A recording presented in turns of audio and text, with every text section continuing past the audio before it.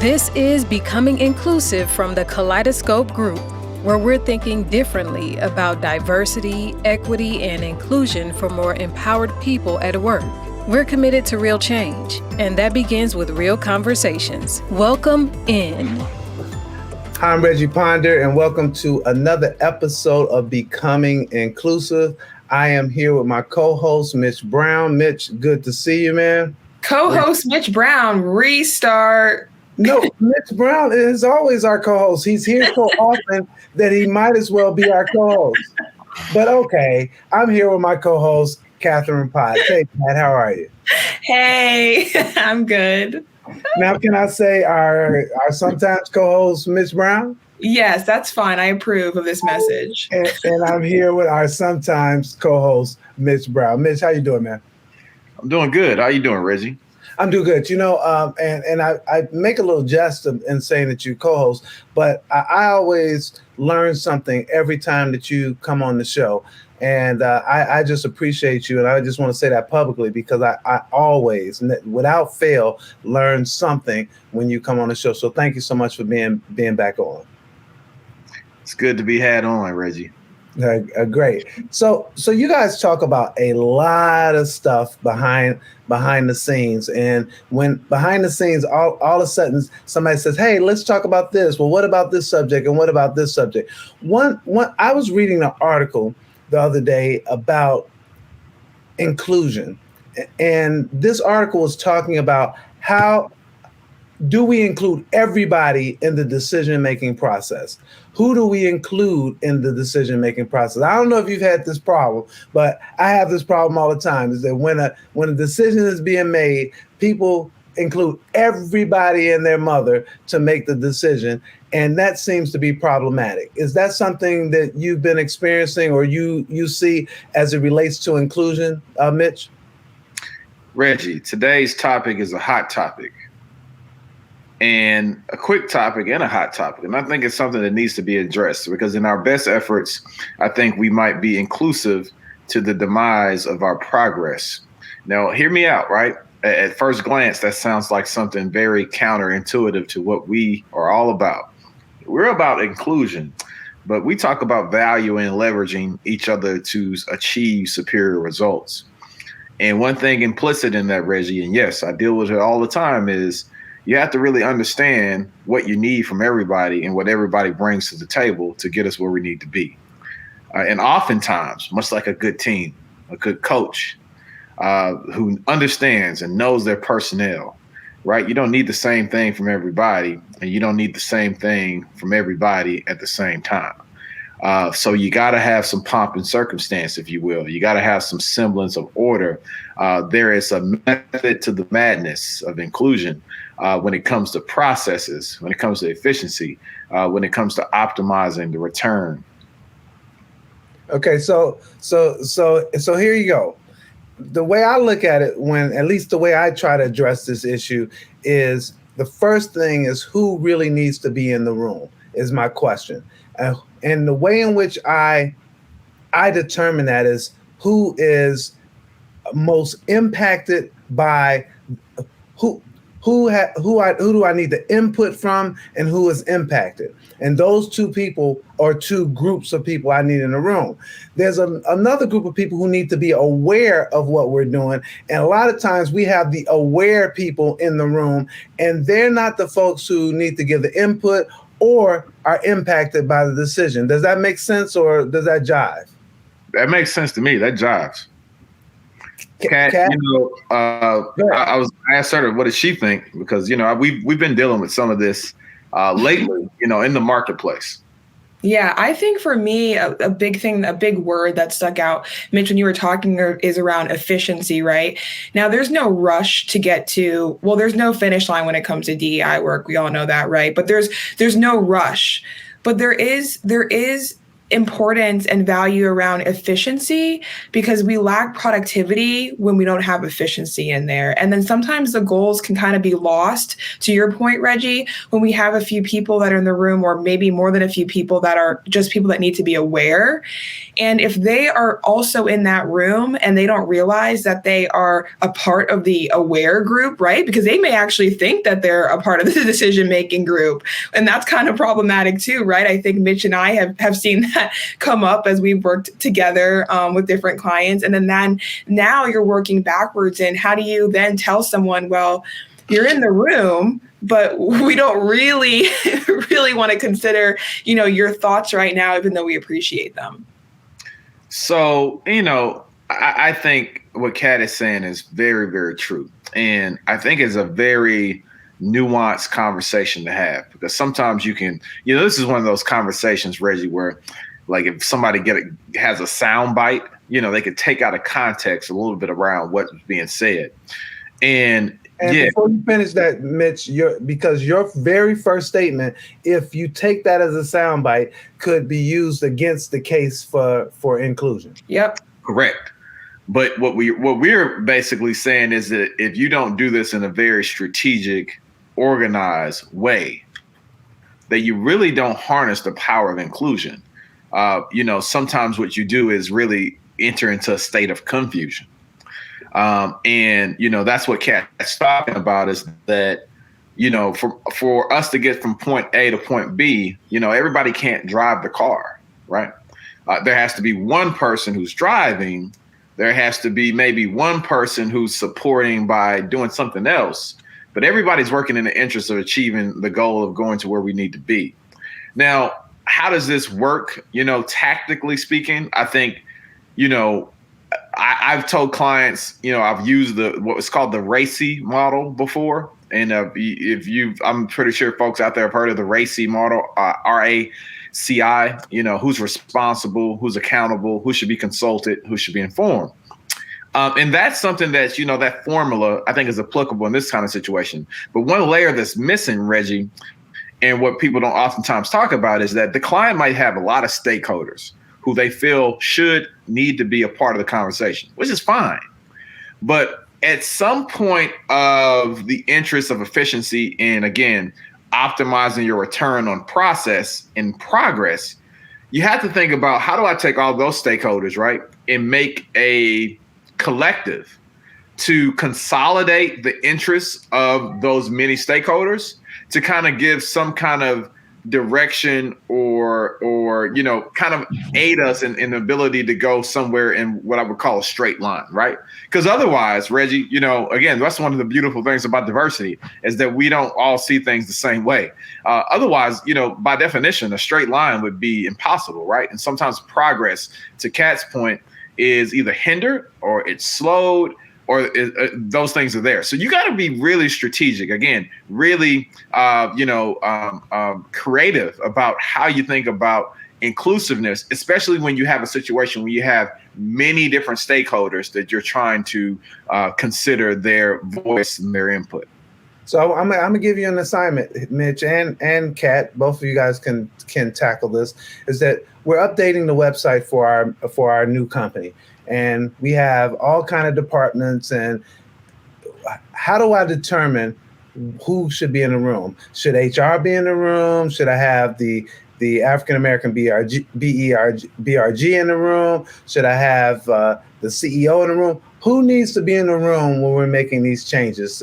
And I know you'll come up with some parameters here, but I'd like to see what you come up with here. Well, I think this is the dilemma that most leadership deals with on a day-to-day basis while running an organization or a company. Because, what you want is all of those people in the room in terms of their voice, right? But their voice doesn't necessarily have to be that person. So maybe you have a way of collecting input via, a email Dropbox, right? Or by submitting some things. So you can have all of those voices represented, but it's a smaller collective that is charged with, basically going through that input and, aligning the interests of, where do we have some synergies? What can we do, right, in the interest of, furthering the organization without not too much of a compromise or detriment to, something else. So I think everybody, but I think the key is, and the nuance is, how do you take everybody and everyone, and how do you sift it down to something manageable? And that's what leadership does, Reggie. And I think, I don't want to say that if we're redesigning our website, as you put earlier, I think one of your things is it said, hey, who's going to be impacted by this? One might argue that, hey, everybody under the company is impacted by what they see on our website. But I won't go out and ask everybody in the company, surely, right? What I might do is I go by function and by division and say, hey, well, what does, the sales folks need, right? Or what do my diversity inclusion team need? Or, hey, HR and talent acquisition, what's wrong with this from your standpoint?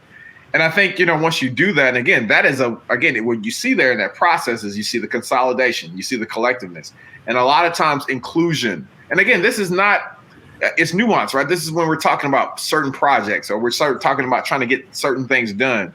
And you're thinking about how do you do this over enterprise kind of perspective, as your hypothetical suggests here, Reggie. That's the way I would do it, man.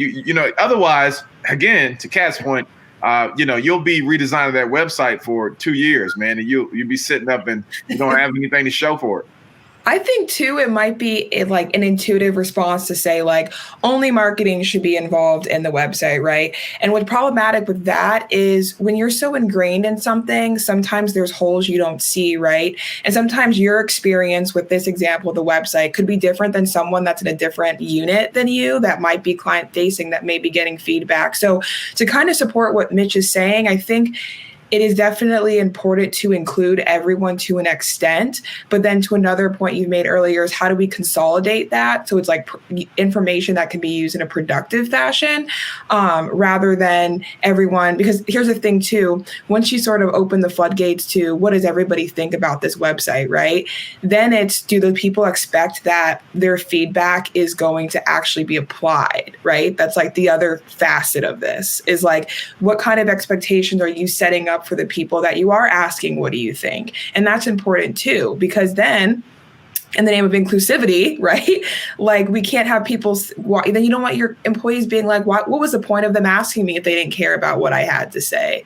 So I think setting that foundation too is really important when you do include other people outside of maybe the marketing department in this example, so that they don't feel like they're not being heard if you don't take all of the feedback or all of the suggestions, because that kind of creates a sort of exclusive environment. I love that, Kat, when you talk about setting up the expectations. And it's really interesting, though, is that giving feedback doesn't mean that that's going to end up being the direction. But that's confused a lot. It really does. I saw Mitch laugh, so I'm gonna be quiet because I always learn something. So I'm gonna let Mitch probably make my point for me. Go ahead, Mitch. Listen, Reggie, you're spot on. You're making the point just fine. Listen, inclusion isn't an idea that everything that somebody wants to do, they have carte blanche, right? It's just like, hey, that's not. Inclusion doesn't work like that in any way, shape, form, or fashion when you have a collective or organization. I mean, let's just get down to the basics. Even a family, Reggie, you grow up in a family, you got somebody that wants to do something all the time. Every time you want to do it, you can't. You can't even do that with 2 or 3 people, let alone something like an organization, or to Kat's point, a big project, or to your point, a big project like redesigning a website. It is just not feasible from that standpoint. And while you both were talking, I was thinking about another analogy to give people that will help people kind of understand what we mean. And a triage, right? A triage is a very, very important position when it comes to hospital, healthcare, because people come in with all sorts of problems, and a triage, what they do is they help you kind of be that buffer between you and like where you need to go and where you're going to be best serviced and how the hospital can best, attend to your situation. Hey, Oliver. And then, what I would like to say is in these kind of situations, you need something that provides that buffer. You need somebody who really understands, from a leadership perspective or a project management perspective, let's just stick with your hypothetical. This is what we're trying to accomplish. And then you need somebody who understands the other lens of that in terms of here are the voices and here are the weighted input, right? I think that was the other word you used earlier, Reggie, and to Kat's point.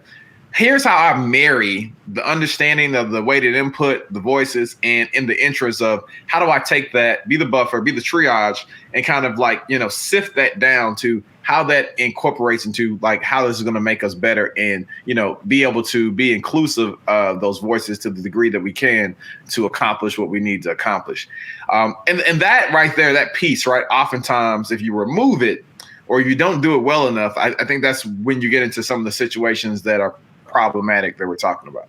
And that is so interesting as you talk about that, because I'm thinking about my example with the website is that finance may not need, for the most part, may not need to be in that discussion that we're talking about revamping the website from a look perspective. Legal might need to be in it from making sure that all our legal stuff, but if we're doing the same things that we've done before, then maybe legal doesn't need to be in that. They just need to look at it before it goes out. Is that we bring everybody to the table, and typically what happens is, I have 10 brothers and sisters, and so typically what happens when you brought up this family thing is that when we make a decision, now it has to be consensus. 10 people, and we have to figure out, the majority rules. 6 of us said we're going to go here, and that's how it happens. In fact, you and I went out to eat one time and you won. I don't understand how that happened, because we should have been able to do a better job there in terms of who has the input. I think we should have gone where I wanted to go instead of where you wanted to go. But that whole bringing everybody together sometimes just leads to a generic decision as opposed to something that's a little bit more specific to what we're trying to do. So you really do have to look at who am I bringing to the table for the decision making. And to Kat's point, this whole thing about the decision making, we need to know from the beginning who makes that final decision. Because that's another thing that happens is that, okay, let's just say I take everybody's input, like you said. I let everybody send in their emails and all that other type of stuff. But at some point, somebody has to make that decision and be charged with doing that. And people need to, I think, respect that it is their decision to make in that area. I might be stepping out on a limb there, but that's how I feel about that. I mean, I'm in alignment with that. I'm really, in terms of DEI, especially in initiatives, I just think the expectation thing generally is important for all parts of your DEI initiative. And then people realize that when you're doing stuff like this, that you do actually care about what they have to say, but how you're going to use it might vary, right? And so if they see that in practice with more than just this example and other things and other decisions to change a culture, no one's going to then think, oh, they just want to know. It's just, smoke and mirrors. They're just pretending to care. If your whole initiative and your culture is clear to people that this is how we do things because we need to make a decision, but we also want to hear what you have to say, then you won't probably run into that at this kind of granular level. So one of the things that Doug Harris talks about a little bit is how important certain things are to you. And I like that concept, is that when you, Mitch, come to me and you say, Reggie, here's my input, and I think this is a 10 out of 10. I think that's important too, because sometimes people just give input and it's not really important. They just say, oh, it'd be nice if you do this, it'd be great if you do this and whatever. But if you kind of give it you give some depth to it, saying, okay, that's not really that important, but since you asked me, I'm just saying it'd be nice if you change this word from this to this. Or yeah, go ahead. I'm sorry. No, go ahead, Mitch. This is a conversation. No, you always like jog the creativity in my brain. And there was the one thing that I was going to say that I think this conversation needs, and you're bringing it up, that feedback, right? Because that's what we're really talking about sometimes is, in a website hypothetical, give me your feedback on what you think needs to happen, right? Or include my feedback on my point of view and my perspective. Now, we talk about feedback philosophically from this standpoint. I receive feedback in the interest of making organization, team better, others better, right? And sometimes, if we're not careful, we give our input and feedback based upon personal agenda, based upon what we want to do, right? And there's a distinction between those two things. And again, you got to be careful in this work, in this, because if you're not careful, that distinction right there will lead you down a path that you don't want to go. So, Reggie, I think that hits it on the head for me. If you are giving something, right, it shouldn't just be about because Mitch Brown wants it to be right, or I think it's right, right? Maybe I do, right, but that shouldn't be my leading interest. Yep. It should hopefully be that you think it's right based on your position, and you think that it'll help. It'll be great for the outcome. So when we're looking at this, you're like, you know what? From a legal perspective, I really think we should do this because from an outcome,